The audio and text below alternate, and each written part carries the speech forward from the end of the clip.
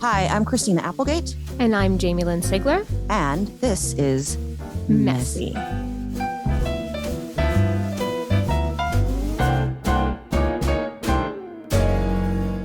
The following message is brought to you by Novartis.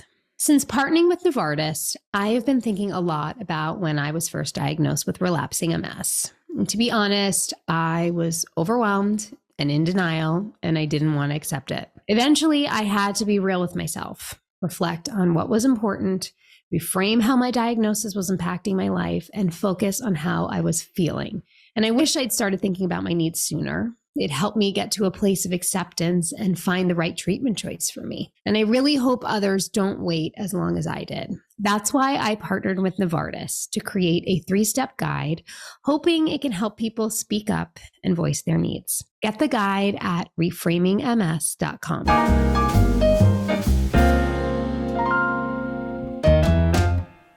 Hi, everyone. It's Christina and It's Jamie. And we've got a special guest today. Her name is Brooke Eby, and I have been a follower of hers, I guess over a year. No, maybe a little. That. I had no idea. Well, I had no idea. Why should you? She is somebody whose page I came across. A friend of mine told me, you have to check this girl out, especially when we started Messy, because she specifically said, I think this would be somebody amazing for you and Christina to have a conversation with. Oh my gosh. Brooke is a young woman like the two of us who has...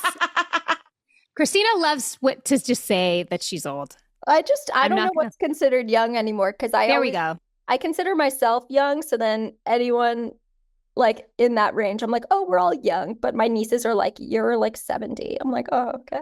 No, if you're 70, then like I'm like 99. Okay, sorry.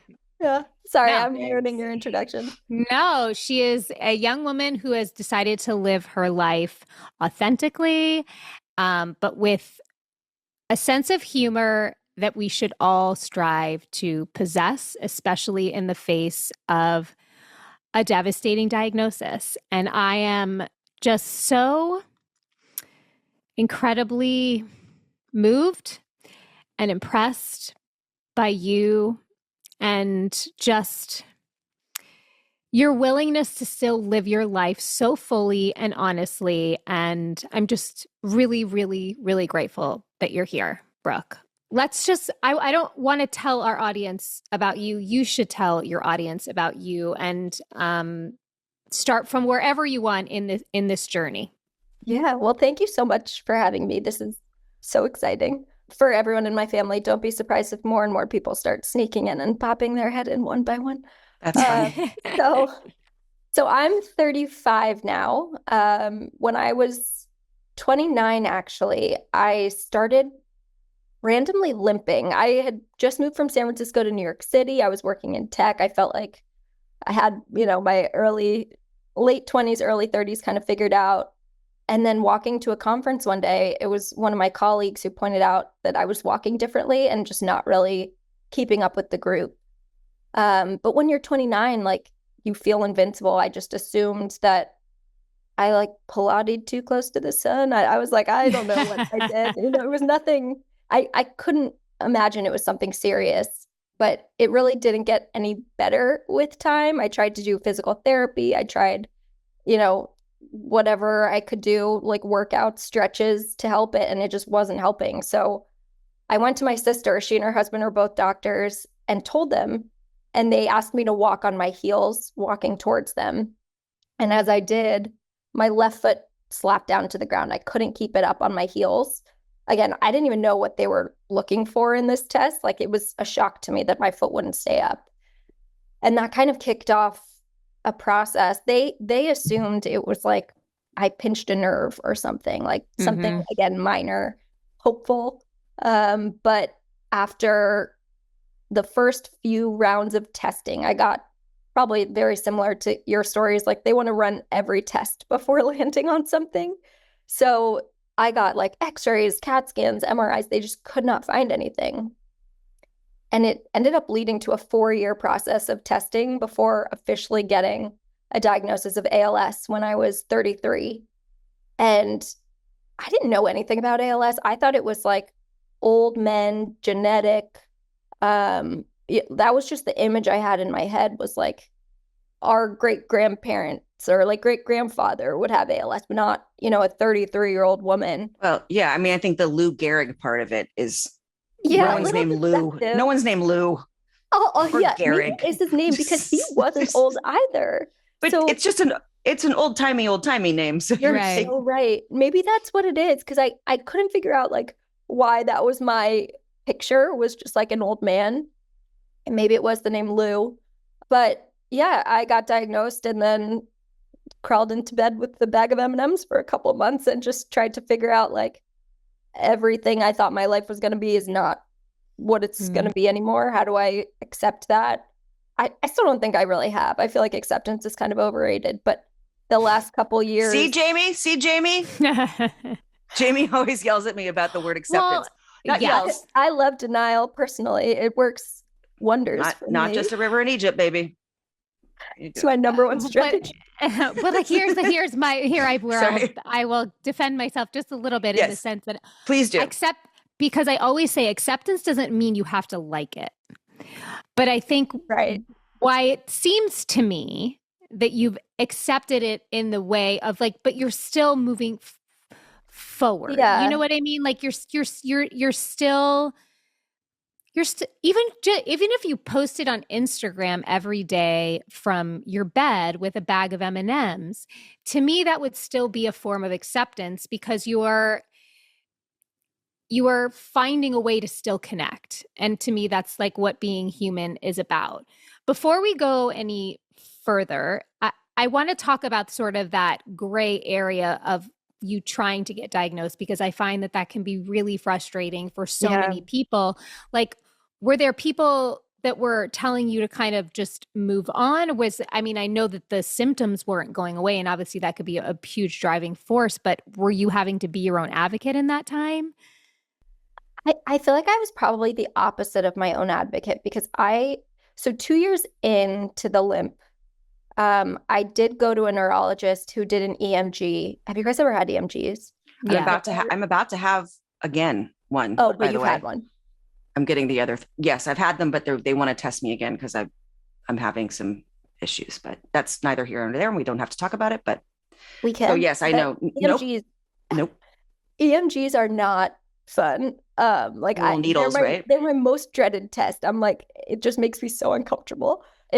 Basically they stick a needle in your muscles and then they have you move the muscle and like try to cramp you up basically, and then you hear crackling, and if you hear crackling, it's bad.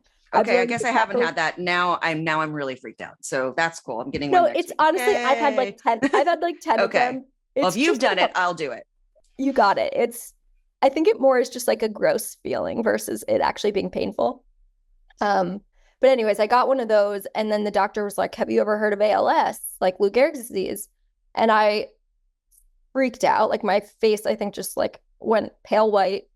And he told me that he was like, look, I don't have enough to diagnose you right now, but like it's kind of looking like that. So over the next couple of months, just come back and we'll check in and see if things get worse. And my family basically like disowned this doctor we were like, he is stupid. He is an idiot. Did he even go to med school? Meanwhile, he's like the top neurologist at Hopkins, but in our mind, we were the opposite of advocates. We needed to be mad at him for a little while. And yeah, like I didn't want to hear that it was ALS. So I was not searching for that answer. I was looking for any other answer I could get. So 2 years in, like it was hinted to me. They did a genetic test, and I thought that was like the yes or no answer. And when it came back that I didn't have any genetic markers, we celebrated like we were in the clear. And then I later found out like 10% of cases are genetic. So Wow. It wasn't like an actual definitive test. It was just helping them narrow things down. But yeah, I think 2 years after that was when I really started like losing balance and really struggling to walk. And so at that point, I went back in, they re-EMG'd me, and that's when it was enough to give me a diagnosis. So it was almost like my body wasn't giving all the clues it needed to give to get the diagnosis. And then my brain was telling them like, do not give me this diagnosis. So I think everyone was a little more hesitant. And also, I was, 29 when it all started. So not really what doctors have their like case studies about in med school. I was going to say, is that young? Is that on the younger side for people to be diagnosed? It is, but I don't think we really know anything about ALS. Like, I think they say between like 50 and 70 is when you're more likely to get it. But I'm in a support group of girls diagnosed before 35, and we're growing. Every month we add like 2 more women, and there's probably 100 right now. So I think it can really, and I've heard of like kids getting it. Like you can get it as a kid, pediatric ALS. There's another name for it, but it's just, there's so much unknown that they say 50 to 70, but I think that's just because like that's what's been recorded historically. Yeah. Well, I was going to say to you, I think the first time I really heard of ALS is ridiculous, but not ridiculous, but like we were all putting buckets of ice water over our heads, and passing it along to someone. And that was like the first, like, and that was before I had MS, but it was like, it was so important and I still didn't understand it. So as a disease, I still don't understand. So I think I don't know. Do you want Brooke to explain it? Yes. That's why I'm saying. The Ice Bucket Challenge was 10 years ago. And do you know? Okay, that was 10 years ago. Okay. 10 years ago this year, which is so crazy. But I didn't get nominated. And I remember being really sad because I was like, am I so uncool? Like I did not get nominated. Like, am I so far down people's lists of people that I did, because you only got to nominate 3 and I was top 3. I'm like, oh no. But now I'm convinced I made such a stink about it that God was like, I got you. Don't worry. No. I'm just kidding. That's one of my dark jokes. There's that very, very dark. There's that humor that I fell if I'm gauging the temperature of where it can go here. Oh girl, we can go there. No, I was gonna say Selma Blair said to me when I was having like tingling in my toes in the beginning of 2021, she's like, you need to be checked for MS. And I was like, like the 2 of us in the same movie are gonna have MS. Right. I was like, literally the odds. It's like getting struck by lightning. Yeah. Like, what are the odds? I know. Anyway, I'm sorry when our brains start to think like, I know you didn't create this.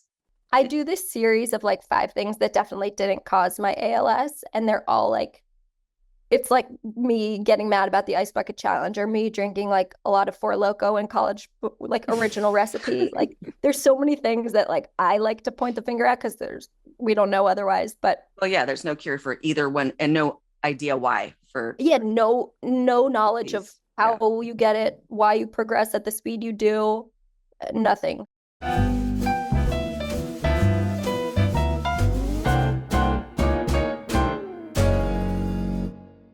I just wanted to take a quick break and share a word from one of Messi's advertisers. Since partnering with Novartis, I have been thinking a lot about when I was diagnosed with relapsing MS.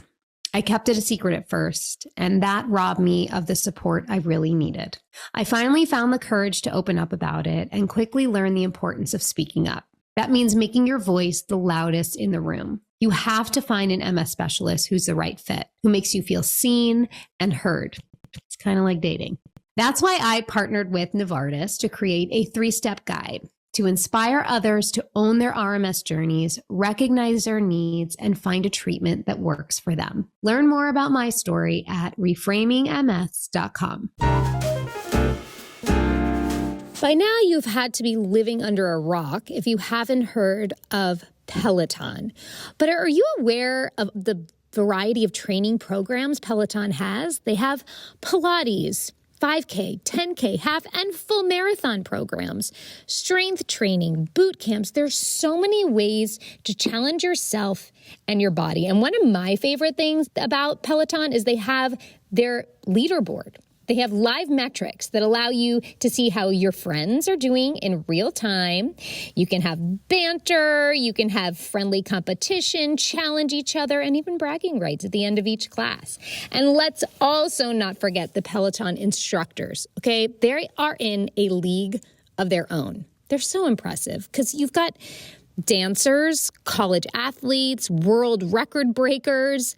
The whole lineup of coaches are motivating and inspirational. It's like going to church. And also, they have different workouts for every type of mood. If you're looking for an early morning run or a late night hike, Peloton has you covered no matter what mood you're in or when you want to move. It also provides judgment-free instruction and guidance to make fitness approachable and enjoyable. And we know that we all want to fit in. We want to feel like we're taking care of ourselves. And you can customize it to you. Also, Peloton offers exclusive memberships for all shapes, sizes, and walks of life. So anyone and everyone is welcome. Find your push, find your power with Peloton at onepeloton.com. That's onepeloton.com. Support for Messy comes from HelloFresh. Do you not know what HelloFresh is? Let me tell you. Who doesn't know what HelloFresh is? Come on. I love HelloFresh, and especially this fall. I think fall and food is pretty much the tastiest season. And they've got farm fresh produce and easy autumn-inspired recipes delivered right to your door. So HelloFresh delivers all these pre-proportioned ingredients that you'll need to make easy homemade meals. So they'll bring you all the proteins, the veggies, the sauces, the spices, and more. And so it arrives in a box along with very simple instructions that walk you through each step in the cooking process. To be honest, HelloFresh is how I learned how to cook and gave me the confidence in my own kitchen, because I was serving up these tasty restaurant style meals to my family. And I'm able to do that without the high price tag of takeout and in less time than it takes to get a delivery. Their menu changes all the time. They have 50 recipes each week to choose from and over 100 market add-on items like desserts, breakfast, and snacks. You can also pick meals that match your lifestyle. So whether that's fit and wholesome, quick and easy, or vegetarian, they will find something you love for everybody. So get 10 free meals. That's 10, guys. 10 free meals at HelloFresh.com/freemessy. It'll be applied across 7 boxes, new subscribers only, and it varies by plan. That's 10 free HelloFresh meals just by going to HelloFresh.com/freemessy. This is brought to you by America's #1 meal kit, HelloFresh.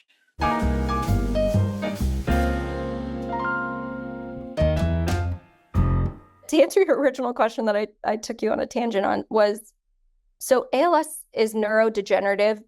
I like to think of it as it just disconnects your brain from your muscles. So if my brain were a light switch and my muscles were the light bulb, ALS comes and cuts the wires between them. So my brain is working normally, I hope. And then my muscles just can't, I can't communicate to them to tell them to move. Mm-hmm. So you end up losing all voluntary movement. So right now, you can't really tell when I'm on Zoom because my hands and arms move around and I still have my voice, but pretty much everything below what you're seeing is paralyzed. So I can't move my legs. My arm is actually getting weaker where I can't raise it anymore, but you lose the ability to move. A lot of people lose the ability to talk, to swallow, and then ultimately breathing is voluntary. So that's kind of how you die with ALS, is respiratory failure. Did I kill the vibe? No, you didn't kill the vibe. It's your reality. Well, I'm just so desensitized to it. I don't even notice. I'm describing it all the time. So it's so not of course anymore. And yes. But it deserved that pause because of the reality of what you are living with. And we want to honor that and you. But one of the things that I'm just in awe of you is your ability to infuse humor into this, because what it does also is gives people the space to ask questions and conversate with you, because otherwise those pauses probably could last a really fucking long time. That's what would happen at when I first got diagnosed, and I would tell people, I was like, okay, here, I'm just going to ruin your day. And then enjoy, goodbye. Every conversation I had with people was so uncomfortable because they would start crying, then I would start crying, and then it was just like, where do we go from here? Because they didn't want to make me more upset. But actually, like 3 months into the diagnosis, maybe 2, I got out of bed. A lot of party size M&M's bag skeletons in that bed, but I had to go to a friend's wedding where I was a bridesmaid, and like you can't hide when you're a bridesmaid. You can't just like hide in the back row. So I show up to this wedding, and the bridesmaid's dress is way too tight because I had only been eating M&Ms, and I was using a walker, the same exact walker that the bride's grandma was using, like the tennis balls. We were like, I see you. And then as I walked in, it was all my college friends. They all looked great and tan and fit, and I was just like, oh my God, I can't do this. So I turned to my friend and I was like, can we just leave? Like, will she notice? Will the bride notice if we leave? And she was like, look, this could be really embarrassing, or this could be really, really fun. But like, either way, you're going to get a great story out of it. So just like power through, go numb, do whatever you have to do. And then we'll figure it out. We'll figure out the emotions later. And whatever she said just like clicked with me, because I think it was like 2-3 hours later, the bride was limboing under my walker at the party. We had, there you go. People were doing like walker rides across the dance floor. And that was the first time where I'm like, okay, if I can make people laugh, like we're all a little bit more comfortable talking about exactly what's going on. And that's the ultimate goal, is like people need to be talking about these incurable terminal diseases, really like underfunded diseases is what they should be called. But there you go. What I was going to say to you is I always, with my cane, like no matter where I am, I click a cane with someone else who has a cane. Always. If I'm in my wheelchair, I'm like, clickety clackety, I got your back. You like, you know, because there's that thing that I think you possess, is that it makes people feel more comfortable. Yeah. If you can, even though we're dying inside, sorry for okay. No, I'd say it also. Okay. Literally. What we're feeling is like, if I can make someone else feel less disturbed, less uncomfortable, then I'll do that. Yeah. And it makes me in turn more comfortable. And then I think it also makes people more willing to keep watching. Because I know with social media, like you're a swipe away from a cute puppy video or like a gorgeous influencer doing her makeup. And then you get to me and I'm like, hi, I'm Brooke and I'm dying. And people like you could swipe away really fast. So you're like, my favorite person to land on. Well, you're just like, you have to think of a way to like capture people's attention. And I think my age helps with that, because I can be like your daughter or your mother or your sister or your wife. Like I'm 35. It's like prime lifetime. But I think humor is what keeps people interested and engaged and like maybe potentially willing to advocate. Is this a part of your personality that you've always possessed? Is this an aspect that you used always to deal with things in life prior to this? It's really all I got. I'm the youngest of 3, so like, and a good amount younger. So like jokes were the only way I could enter the conversation. Well, you're so good at it. I never knew what was going on, but I could sneak my way in and try to get them to laugh. But you do. And you do. When I came across your page for the first time, you were at that point talking about dating with this. And you're like, how do I approach this? Like, what do I say? And I just remember being so struck and enamored and like fell in love with you, where I was like, who wouldn't want to date this girl? I want to go on a date with her. Like, I'll go on a date with you anytime. Let's do it. Let's go. But what point of your journey did you start to share publicly? Or was it right away? It was pretty close to after that wedding. So I would say like 3 months in. After that wedding, I started writing down like kind of all the funny things that had happened to me. Just weird things people say because they don't know what to say. So they kind of panic. And you can tell when they've started a sentence that they regret starting. And it just like, all of this stuff would make me laugh so hard, but it seemed weird to me that I found it funny. So I just was like writing it down as a personal project. And then I showed a friend, the same friend from the wedding.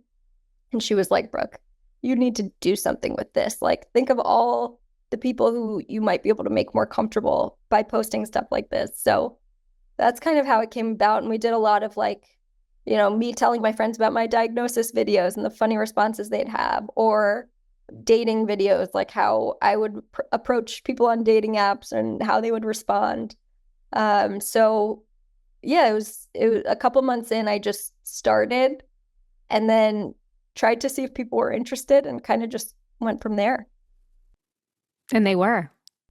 Yeah, it surprises me. I always think like if I were on the other side of it, would I be interested in a story like this? And I don't know that I would. Like, I'm so impressed with people who go to the internet for like learning and education. Because I'm like, I'd probably just be watching dog videos and not even notice, all the important stories I'd be missing. So it's a growth, mutual growth. It's mutual growth. You've talked about the support group that you are a part of. And I mean, I think Christina and I can speak firsthand to the importance of community, especially a community of people that are dealing with something, very unique and specific to what you're dealing with, and how important it's become to us. I can only imagine to you. You've had like retreats and stuff all together. Tell us about that. Oh my God. Yeah. Some of the videos I made at those retreats were like a little out of pocket, but so when I first got diagnosed, I got put into a support group that was local. And when I joined, it was a Zoom like this, and I logged in and it was me and like 10, probably like 70 to 85-year-old men and me. And I looked around, I'm like, I got there. So it was like an ALS dating app. For old guys. Yeah, there's so much type. No, I was just like, I don't think I should be here. Like this can't be right, that I'm the only one who looks like this in this support group. And then someone referred me to this group called Her ALS Story, which is all women under 30 who were diagnosed before 35. And they have been so much fun since being diagnosed. Like, we're in a WhatsApp group, and if the groups were to ever get leaked, I'm sure you guys feel this way about your texts. Like, if these were to ever get leaked, people would question everything about ALS. They'd be like, I think it does affect their brains. But we do go on a retreat once a year. Not laughing, but laughing. We go on a retreat once a year to Cape Cod, where we just all get together, and it's like usually like 40 plus girls come, plus caregivers, plus families. So it's a big group, and it's insane. We were there just a few weeks ago, and one of the girls had passed between the last retreat and this retreat and got cremated into a disco ball. So we had a disco party in her honor and had like drag queens and like dancing and party. It was the most fun. And I'm like, this is what a celebration of life should be. Like, it's so much less scary now that I'm seeing it up close. That's what I was just going to ask you. It almost feels like you guys are living life with just like an openness and a willingness, and despite what you would feel sort of hanging over your head, and finding that community, I'm sure, really helped you. And obviously you have an amazing group of people, especially that one friend in particular. Why do I not want to see that for you? Sorry. Like, I'm uncomfortable. I'm uncomfortable because it's like I'm looking at you and I don't see this for you. I know. And I know that's a really hard thing to say, but like when I get like this. So when I lean back, it means that Jamie has to take over. She's getting emotional. Well, I understand what Christina's saying, and I'm sure this is something you have to deal with for yourself and other people around you, because you can feel you have to also take on, I imagine, other people's having to accept this reality as well. Yeah, I think honestly it's harder for the people watching, even though that sounds like I'm trying to be like heroic. I'm not, because I can wake up every day, and maybe you guys feel the same, where like you wake up and you're like, okay, I feel okay today. It's you know, I'm in the same boat that I was yesterday, so I know exactly how to navigate the day. Mm-hmm. But the people around me feel so helpless because they're just watching. Like my parents, I don't know how they deal with it because it's like they're just watching me get worse and worse, and they're like, what, there's nothing we can do. Like I think it could drive you crazy if you're watching it from the outside in. Yeah. Yeah. But I don't think of it as, okay, you know that new Taylor Swift song where it's like F Nope. you A me? Sorry. Oh, you're not a Taylor fan. Okay, so she No does this offense. song. She's great. She's got more money than anyone. Okay. Yeah, that's true. She could probably God bless save her. all three of us Yep. tomorrow if you want to. Good. Taylor but Swift, yeah. if you're listening. We could use some help, Taylor. We got 3 ladies who would love a little help here. That would be real cool. She has this song though about like her feud with Kim Kardashian.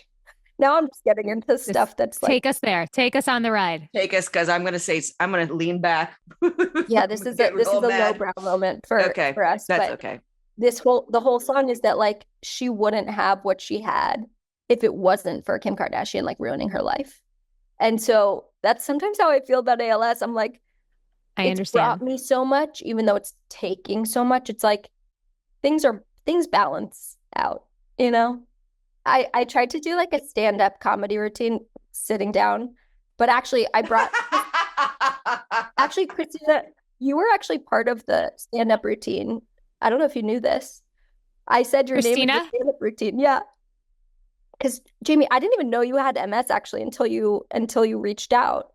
But I knew because she wears short shorts. She wears short jean shorts, and she looks like a hot piece of crippled ass. Well, I'm this like loafy like fucker that comes around. Whatevs. Yeah, I like to think of myself as like SpongeBob because my limbs have like lost muscle. Oh, are you atrophied? Yeah, my legs are like little sticks, but then all my weight goes right. Your midsection's like huge. Mine too. I look like SpongeBob all the time. Okay, so we're gonna take pictures of ourselves and send them to each other later. You're gonna laugh so much because I do this thing called I do a toddler walk with my diaper. Yeah, and you know how toddlers have like little big bellies and like little tiny legs, and then they like walk like wah, wah, wah, wah. That's what I walk around the house just trying to annoy my child. When we see those toddlers walk around in those little bodies, we think they're so cute. And like it's not so cute when you're big bellies, 54. You know, like they're proud of their bellies. They are. Yeah, they are. They stick it out. So you should be too.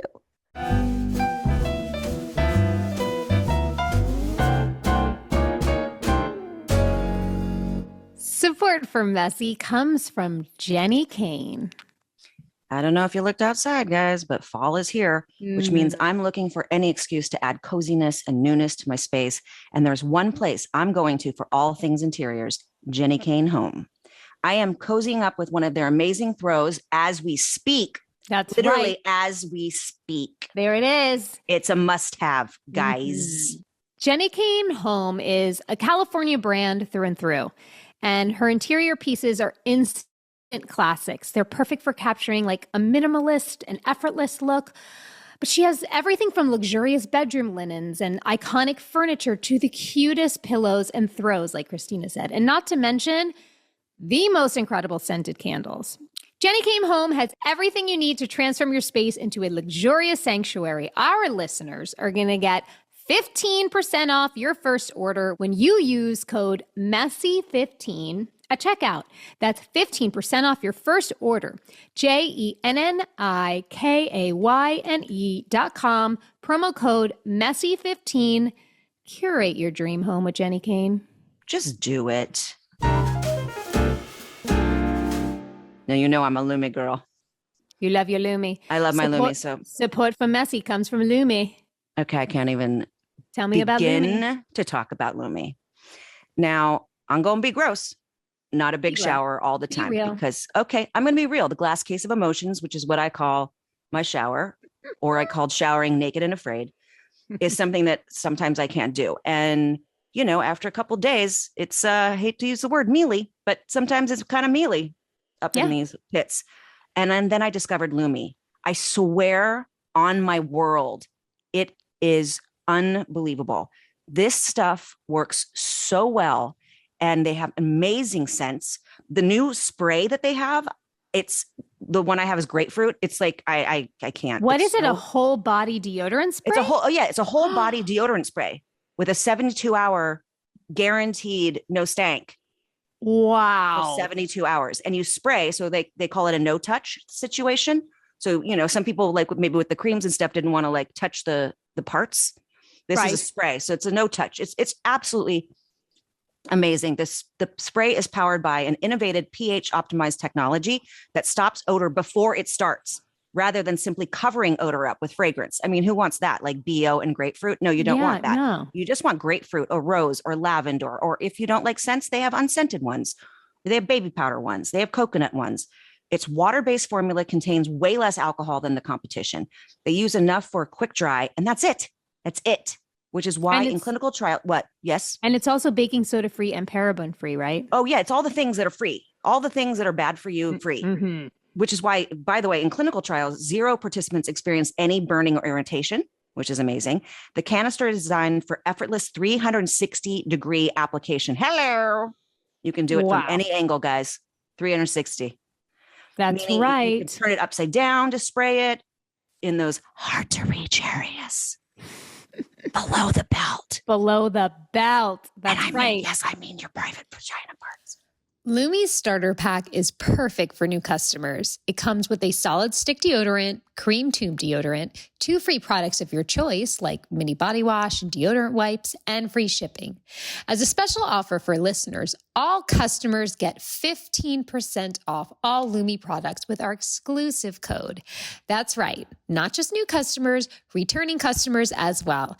And if you combine the 15% off with the already discounted starter pack, that equals over 40% off their starter pack.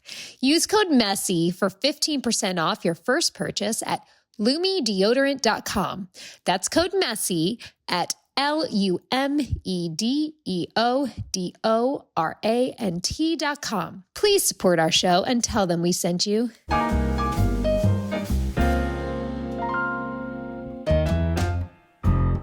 I understand what you were saying with the Taylor Swift reference a lot, because it changes your life completely. It changes your perspective. It changes your decisions. It changes every single thing that you do. But at the same time, you are finding a version of yourself that you are proud of, that you are feels purpose. Yes. I was going to say feels purposeful, and I can imagine that humor obviously is not always part of it for you. When things feel big and overwhelming, are there people you turn to, things that you turn to? What helps you get through the harder moments? Yeah, I think honestly the worst moments were before I was in my chair full time, when I would fall. I think those were my biggest breakdowns, because like there's nothing more helpless feeling than when you're on the ground and you can't get back up again. And I had to call neighbors. I've had to call, like, one time my taxi driver came up to my apartment to pick me up off the ground into my chair in order to get me down. But like those were the moments. Do you live in the 50s with taxi drivers? Sorry. Yeah, sorry. Like I can't help myself. Jamie, I can't help myself. It's like a wheelchair taxi. I feel like Uber shouldn't get for that, you know? Sorry. The guy he came with his little cap and came in.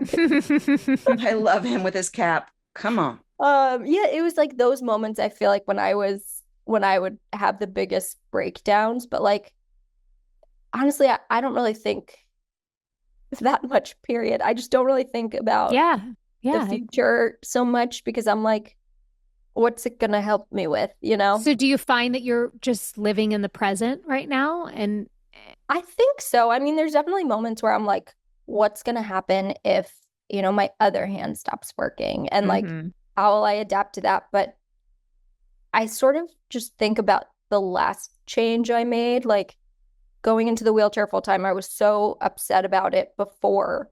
And then as soon as I got into it, I'm like, oh, now I can just live my life better. Like, it's not sad. It's just helpful.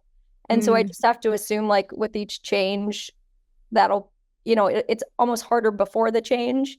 But then once you make it, it's like, I can handle when it. you accept, it's like, Yeah, it's like it's I like can Jamie and I handle have it. talked about this. Like, no, we don't have ALS. We have something symptomatically very similar, Yeah, a longer battle.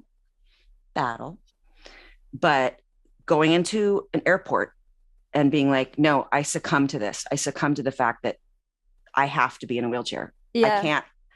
And that thing of going, no fucking shame anymore. Like, yeah, Yes, releasing the shame. I have to do, like, I cannot go from one terminal to the other. I cannot go through security without this. I cannot Well, do this. Christina, you should see. I mean, Brooke, what you bring to light about the difficulties of travel and the blanking on the word of like just the carelessness that the airlines can have with your equipment that's essential for your life. Do you want to talk to anyone about that? Because I love how you are exposing this because yeah. it's really bad. I feel like I've seen more and more of it lately. I think probably thanks to TikTok and that Right. type of platform. But yeah, I mean, like you guys know, your mobility devices are your body, basically. So Yeah. when you check them in, you're like, well, let's just hope for the best because there's no guarantee. So Because those motherfuckers are going to throw them like, sorry, not No. motherfuckers to CSA. mine, I'm saying like, they dropped it off the ramp. Mine. oh my So God. I'm in a loaner chair right now. They're paying for it. Like it's not that. It's just now like a hassle. It's an And then like 2 inconvenience. weeks later, the same thing happened to my friend. So it's happening like all people warned me like it's going to happen at some point. So just like mentally prepare yourself. But yeah, I mean, life is just harder when you're disabled. Like everything is a production. I like to think my days are pretty similar back to when I like pre-ALS days. Like I'm still working, I'm still seeing friends, I'm doing all the stuff, but the getting from point A to point B takes so much longer. Like now I wake up an hour and a half before my first call as opposed to like 10 minutes because now I'm like, it's just to get me out of bed takes 15 minutes because we need my parents helping me. We need like, it's just a production. I love that you're still working, by the way. Yeah.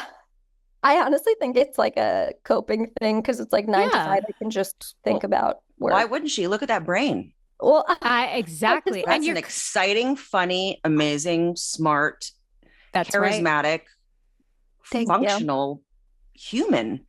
As I like to always say, I'm pretty good from like here up. Yes. That's it. You know, as long as you got good boobies and a good brain, you're good. I like from the neck up, I'm in my 20s in my mind, but everything below, I'm like 97. Let me ask you a question that just, where would be like your fantasy place to go? Like I don't know. I actually like a place. I never really did the whole like bucket list thing because I'm not talking about bucket list. I don't want to hear those words coming out your mouth. I'm talking about like a place that you'd want to go. Maybe it's like Japan, like somewhere in Asia, but I don't think they're very accessible. That's There's a lot of vehicles on the road. Yeah, whenever I think now about travel, I'm like, is it almost the production thing kind of comes into my mind again. I understand. Yeah. I just don't want to think about it. It's not worth it. But yeah. Like a beautiful lake, like Lake Como or something in Italy. Like, do you not start thinking about the stairs? Every day of my life. That's stairs are my fear now. People are like, oh, are you so scared of ALS? I'm like, no, I'm scared of staircases. Like staircases, I hate them. Me too. My daughter's like, can you make me pancakes? Because she always tests me to see if I'm still able enough to do stuff for her. And so I'll just like try to get down the stairs and I'm like, motherfuck. Sorry, I cuss a lot. You have to do it? You have yeah. If it's not mommy's pancakes, if it's not mommy's oatmeal, if it's not mommy's this, if it's not mommy's this, then she feels like I'm not there. Yeah. So I need an elevator. I'm not ready to do that yet. Yeah. It's like this pride thing. But I'm saying like, where would be the place? Like a Tuscany, like a villa in Tuscany, like or under the Tuscan sun moment. There you go. Yeah. Honestly, I really like I loved traveling back in the day. I like studied abroad in Europe and just had so much fun. Where did you study? Our base was in London, so I guess not Europe, but then every weekend we would go It's somewhere. still Europe, sweetheart. I love Is that. it? I was very European chic. Okay. Were So you a yeah, Francophile? you were Were you- got to go bopping somewhere around. every weekend. Like, it was so fun. I'm so glad you had that time. But I'm going to piggyback on that question a little bit and say, is there anything that this whole experience has inspired you to still want to do? Could it be write a book? Could it be write a screenplay? Like, is there anything that you have found, as weird as it sounds, inspiration from this experience? Yeah, all of it, honestly. I think, like, before I was just kind of like robotically living. Like, every day I'd wake up, I'd go to work, I'd do like a workout class, I'd go to happy hour, then I'd go home and repeat. Like, I wasn't doing anything helpful, really. I mean, I had a job, but I work at a tech company. Like, I'm not saving lives. And so I think but you're still a beneficial presence on the planet, no matter I'm whether you had this or not. something. You still have a light inside of you, and that has nothing to do with ALS. That's just your I just think, God-given like, beauty. once I actually got the diagnosis, it was like clearer to me how I could use my skills in a positive way, as opposed to just in like a corporate setting. Yeah. So I don't know. The whole like book thing has been brought up to me. I just like I just don't know when I would sit down and be able to write something. Like, people who are able to just do that are so, like, you have a book, Jamie, don't you? Or do The two of us are both writing our books right now. It's got to be so hard to just sit down and like collect. It is. I've had to call my mom like 1,000 times because I'll be like retelling something and then I'll be like, wait, no, I have the wrong year. I have the wrong boyfriend. I'd have to like call my mom and like she'll help me like piece it together. So of course, it's a very daunting thing. However, and I'm trying not to force it, but there is a beautiful, it's a beautiful thing to experience, I think. And it's a beautiful gift to give yourself. You're just somebody who strikes me as just so incredibly authentic. And because of your willingness and ability to sort of live day to day, and you've kind of been forced to do that, I know I myself would be incredibly interested in your perspective. I'd read it in a second. Yeah, in a heartbeat. And also your voice is so strong. What you're giving me a little bit is, I don't know. I mean, whatever your opinions are of anyone, but I loved Are You There, Vodka? It's Me, Chelsea. Oh, yes. By Chelsea Handler. So good. That's a long time ago that I read that. I know, but it's like one of those books that you can book. just read and you don't have to go. Chelsea, I'm not saying that you didn't go there. You went there, but it was beautifully simple, and it was beautifully just your voice. Yeah. And I think what I was going to say to you, and you know, Jamie and I are doing our books right now because that's what you do. I have a partner and he just records me and I just spew shit out of my mouth. And then he puts it down. Yep. Because I can't type. I can't type because I can't feel my fingers half the time. Yeah. So it's just like very cathartic, and you can talk about anything. And I'm just giving you advice, like having a partner, you know, not a co-writer necessarily, but someone who can just be like, you know, if today you're having trouble with your hands and you can't do this, just speak your truth. Also, you're a storyteller. And that's why that book was so great, because it was almost like she was spewing. Yeah. I'm doing this and it looks like I'm sucking so many dicks. It looks like you are giving an epic blowjob, one that I have never given. Is that what a blowjob looks like? Because I feel that for every male I've ever been with. No one can see. Well, wow. Keep this in. Allison, we're going to discuss later. Keep-in moment.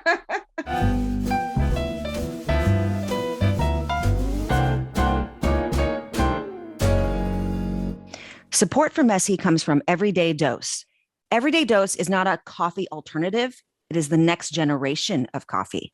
It's coffee, but better, with added functional mushrooms, collagen, protein, and nootropics to help you feel like your best self.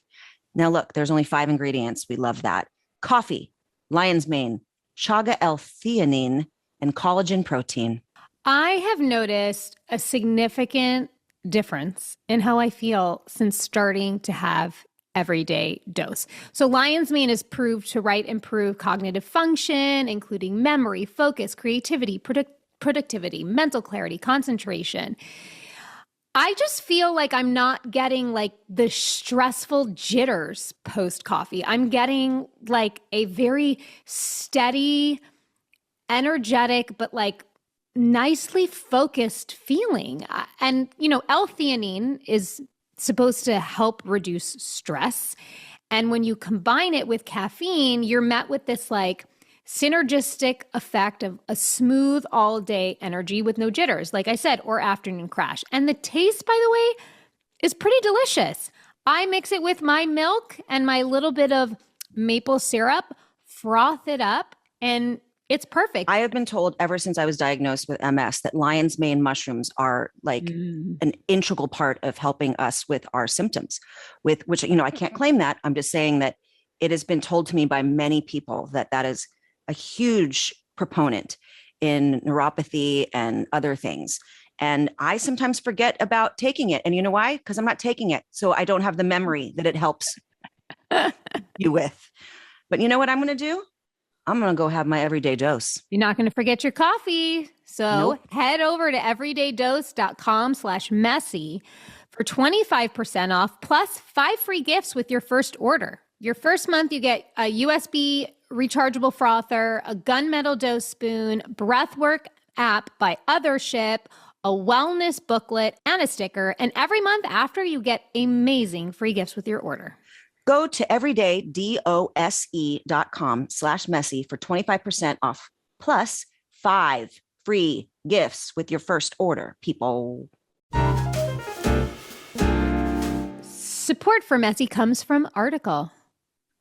Okay, so check it out. When Article came into our lives, we were asked to go on there and get something. And I'm like, well, I don't need anything, blah, blah, blah. And then I look and the stuff is so beautiful and clean and modern and everything that I love.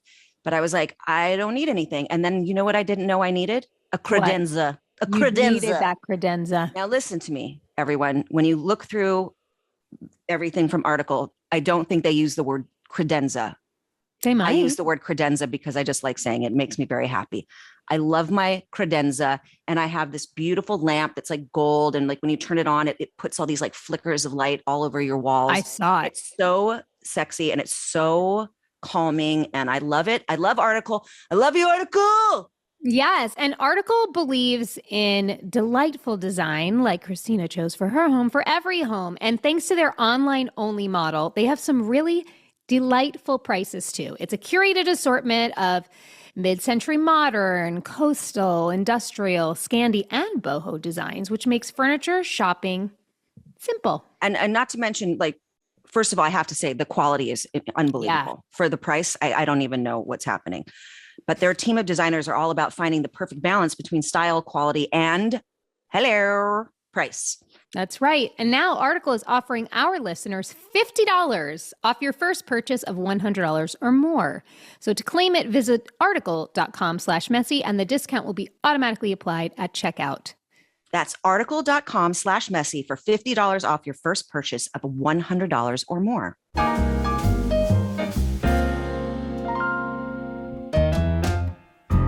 First and foremost, let me say, Brooke, I fucking love you. Wait, we're not at time? No, we're not done yet. We're not not done yet because we've still got some things to do. Okay. But I fucking love you. I think you're awesome and amazing. And I don't know if you know this, but this might help you with learning a little bit about yourself for writing your book. Christina has a superpower. Are you aware of her superpower? No. But see, when you put it as a superpower, you then say I this feel every like time and then you nail such it. pressure. So just Okay. accept Okay. the fact that you're gifted. Like you're going to right now. Gifted and like quote unquote gifted or gifted. I mean, there's many, you can be many things.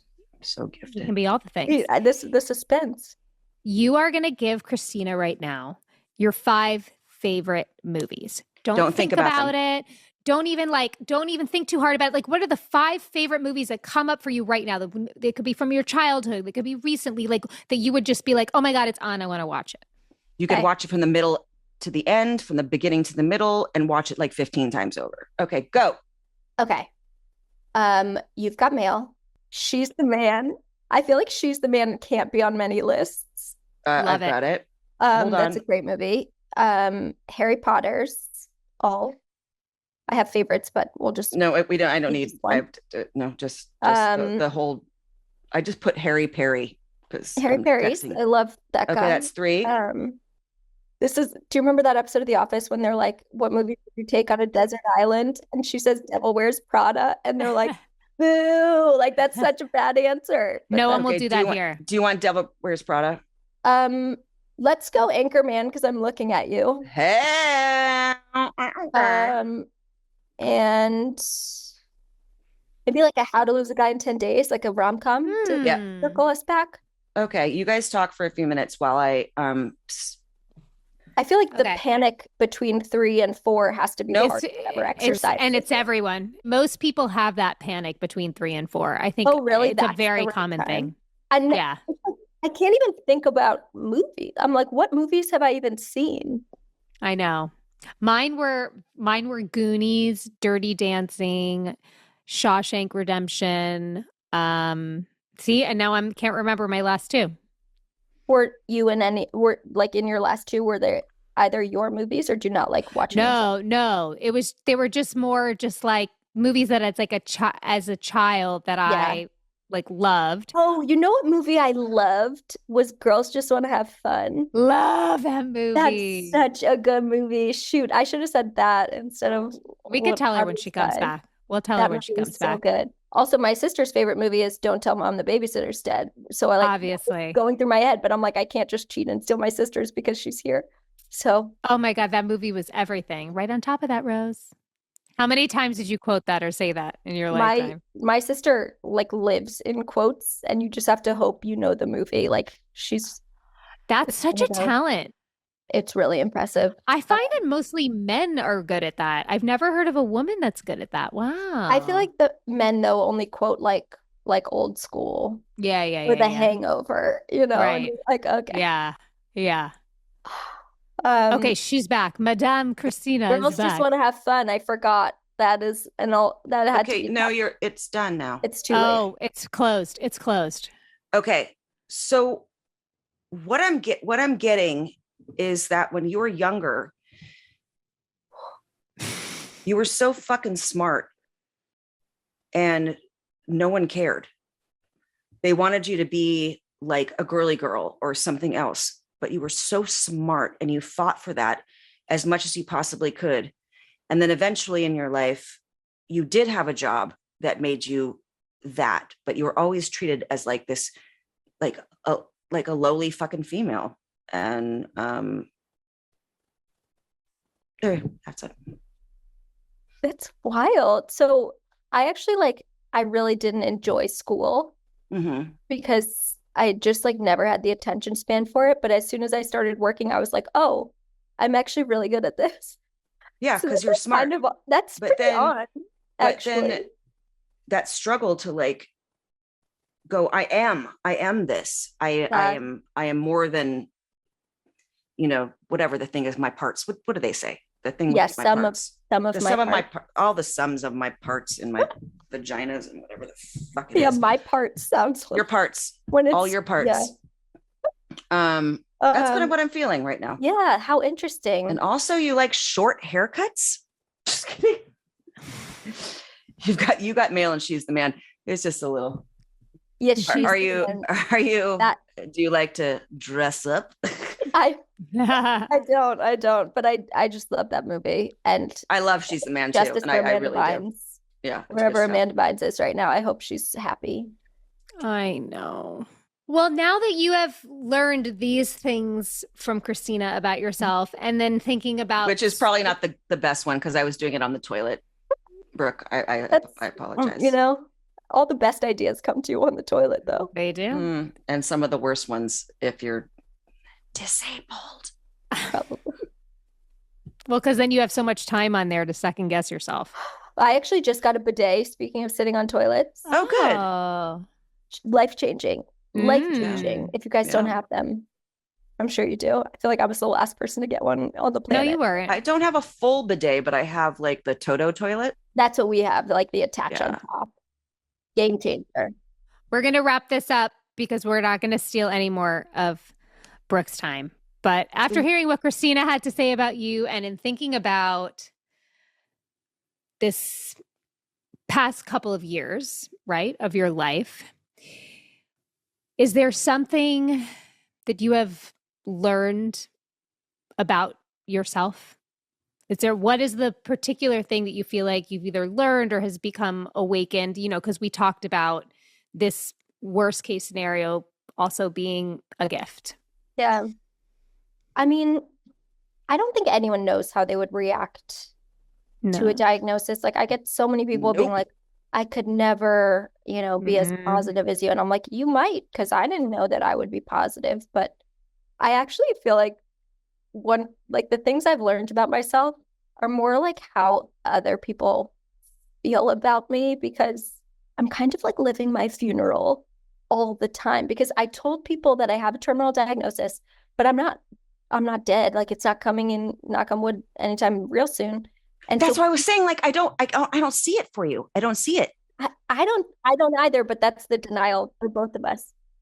But like that weird phase between you telling people you have a terminal diagnosis and your death, like no matter what, people are going to treat that differently. So people will come, like, I'll just like be getting a coffee with someone I haven't seen in a while. And when they leave me, they're like, I just want you to know that I love you and you're amazing. Like, they really act like it's my funeral. And I feel like my ego's never been bigger, because people are just like saying the nicest things all the time. They're very like careful with their words. And they're not letting a moment pass by, though. I don't think that they're, placating you. I think that people are genuine. I think that you are inspiring people to seize a moment and an opportunity. Is making me emotional.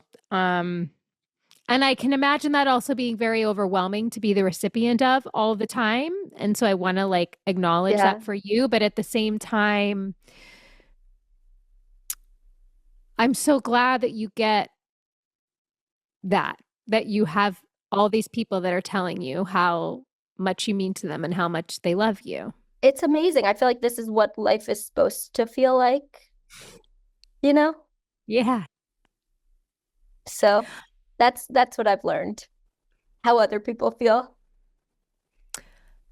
Brooke, you're girl. You didn't disappoint. Nope. I love you so much. I want to be friends. Love you guys. Are we gonna pull a card? I have a card, if you don't mind. So I pull a card from this lovely little deck I have. I don't know what they are. I don't know what's going to come out.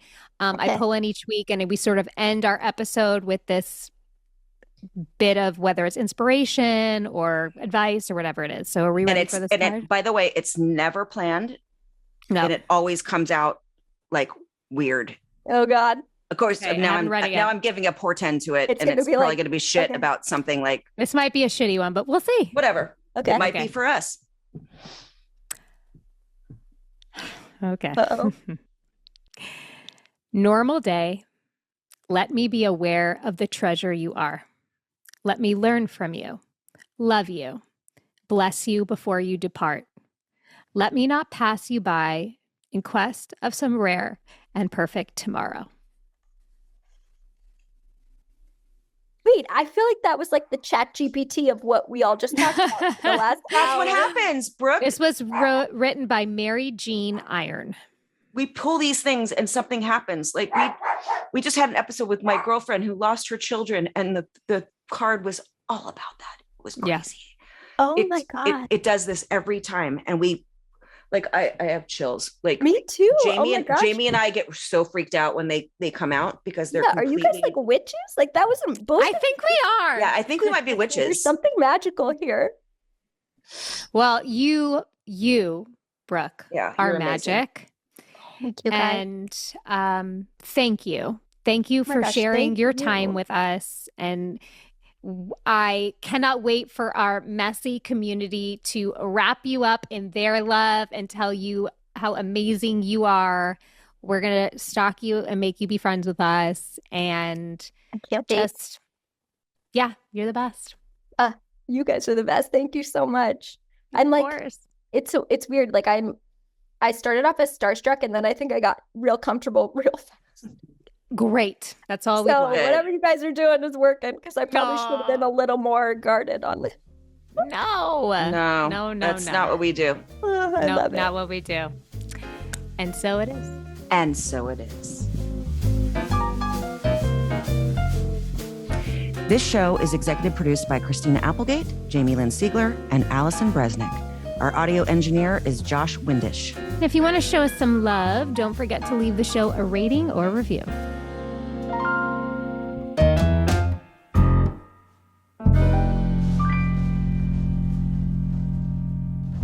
Hi, it's Jamie. Thanks for listening. I just want to let you know I am a paid spokesperson for Novartis, but this podcast is independent from my collaboration with Novartis.